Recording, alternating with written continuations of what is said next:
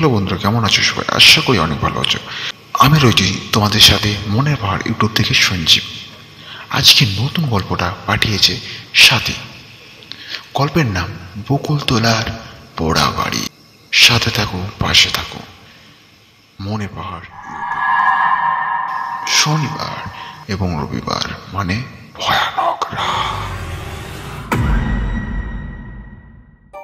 আমি সাথী। চাকরি সূত্রে নিজের বাড়ি ছেড়ে মেদিনীপুরে একটা বাড়ি কিনে থাকি।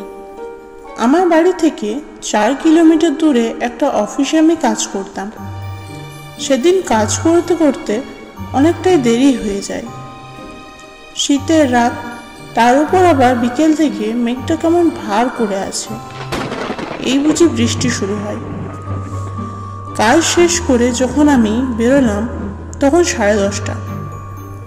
রাস্তায় এসে একটাও অটো দেখতে পাই না। আমি বেশি দেরি না করে হাঁটতে শুরু করি। আজ আর অটো পাবো না। সাথে ছাতাও নেই, বৃষ্টি শুরু হলে আবার মুশকিল। বাড়ি থেকে অফিস আসার পথে একটা মাঠ পড়ে, বকুলতলার মাঠ। আর সে মাঠের মাঝখানে একটা পোড়ো বাড়ি। আমি রাস্তা দিয়ে যাবার সময় ভাবলাম শর্টকাট নিয়ে নিই, তাড়াতাড়ি পৌঁছে যাব।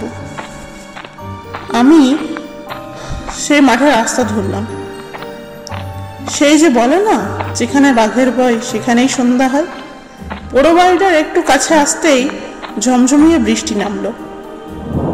একে তো শীতের কনকনে ঠান্ডা, তার উপর বৃষ্টিতে ভিজলে নিউমোনিয়া হয়ে যাবে।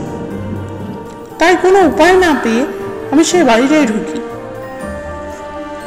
যে বাড়িতে মানুষ দিনের বেলা আসতে ভয় পায়, সেখানে আমি রাত্রে একা। একটু ভয় হলো, তবুও মনে সাহস নিয়ে দাঁড়িয়ে রইলাম। একটু পরেই দেখলাম একটা মেয়ে ভিজতে ভিজতে এসে আমার পাশে দাঁড়ালো। আমার ভয়টা একটু কাটলো। যাক, আমি একা নই।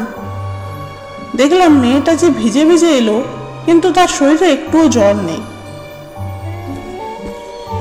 মেয়েটা নিজের থেকে কথা বলল। হাই, আমি নীরা। তুমি?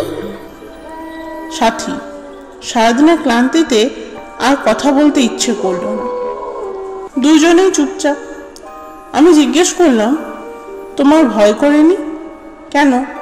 না, এই বাড়িতে শুনেছি নাকি ভূত আছে। নীরা বলল, সেইটা দেখার জন্য একদিন 2 বন্ধু এই বাড়িতে এসেছিল, মৌমিতা আর সৌরভ। তারা এই বাড়িতে ঢুকে সমস্ত ঘর দেখে কোথাও কিছু পায় না। লোকে বলতো এই বাড়িতে যারা আসে তারা ফিরে যেতে পারে না। সেই রহস্য উন্মোচন করতে তারা এখানে এসেছিল। প্রথমে মৌমিতার ভয় না লাগলেও দোতলার ঘরগুলো দেখার সময় তার ভয় করতে থাকে। সে সৌরভকে বলে বাড়ি ফিরে যেতে, কিন্তু সৌরভ সব ঘরগুলো না দেখে যাবে না। তাই মৌমিতার ভয় করলেও তাকে তার সাথে থাকতে হয়। সব শেষে যখন তারা দোতলা শেষের বাড়িটাই যায়, তো দেখে দরজায় অনেকগুলো লাল সুতো বাঁধা। মৌমিতার বারণ করা সত্ত্বেও সৌরভ সেই সুতোগুলো ছিঁড়ে দরজাটা খুলে দেয়। চাঁদের আলো ঘরটার মধ্যে পড়তেই এক আধপোড়া নারী মূর্তি তাদের সামনে দাঁড়িয়ে। দুজনে চিৎকার করে উঠে সেখান থেকে পালিয়ে যায়। বাড়িটা থেকে বেরোতে যাবে, তখনই মেন গেটটা নিজে নিজে বন্ধ হয়ে যায়, আর তাদের পেছনে সেই নারী মূর্তি। সৌরভ কোনো রকমে পাঁচিল টপকে পালিয়ে যায়, কিন্তু মৌমিতাকে সে প্রেতাত্মা সেখানেই মেরে ফেলে। আর তার পরদিন সৌরভের লাশও এই মাঠেই পড়ে থাকতে দেখা যায়। আমি চুপচাপ শুনছিলাম। কি যেন মনে হয়। আমি নীরাকে জিজ্ঞেস করলাম, তুমি কি সব কি করে জানলে? সে হাসতে শুরু করলো, আর তার হাসির সাথে সাথে চারিদিকে অট্ট হাসি শুরু হলো।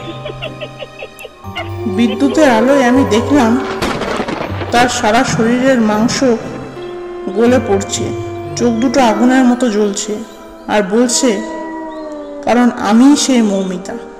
কি ভয়ঙ্কর দৃশ্য! আমি সাথে সাথে সেখান থেকে দৌড় লাগাই। জল কাদা ছাড়িয়ে আমি ছুটতে থাকি, হনুমান চালিসা বলতে থাকি। এই শীতের রাতেও আমার সারা শরীর ঘামছে। যতক্ষণ না বাড়ি পৌঁছেছি ততক্ষণ আমি ছুটতে থাকি উন্মাদের মতো। বাড়িতে ঢুকে আমি বসে পড়ি আর ভাবি যেখান থেকে কেউ আজ পর্যন্ত বেরোতে পারেনি, আজ হনুমানজির কৃপায় আমি সেখান থেকে ফিরে এসেছি। আজ ছিল স্বাতীর এই ছোট্ট ভয়ানক ঘটনা। তোমাদের কেমন লেগেছে তোমরা কমেন্ট করে জানিয়ে দাও। আর এমন গল্প পেতে মনের পাহাড় ইউটিউব চ্যানেলটাকে সাবস্ক্রাইব করে দাও। শনিবার এবং রবিবার মানে ভয়ানক রাত।